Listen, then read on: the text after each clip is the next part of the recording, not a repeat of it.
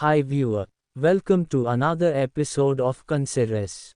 In this video we will discuss difference between monolith architecture and microservice. Please like this video if you like our video. Please subscribe to our channel for more updated videos like this. Difference between monolith architecture and microservice.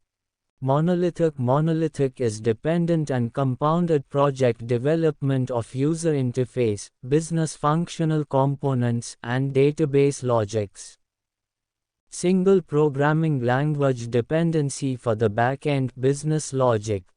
The solution has to be deployed into a single server. Physical separation of deployment and maintenance is complex. Different business functionalities, technically called modules or components, will be tightly coupled to the application itself. Microservices are multiple services are developed with a single purpose each. Dedicated database for each microservice due to modularity. Ability to choose multiple technologies, languages for each microservice. Single database due to complex coupled development.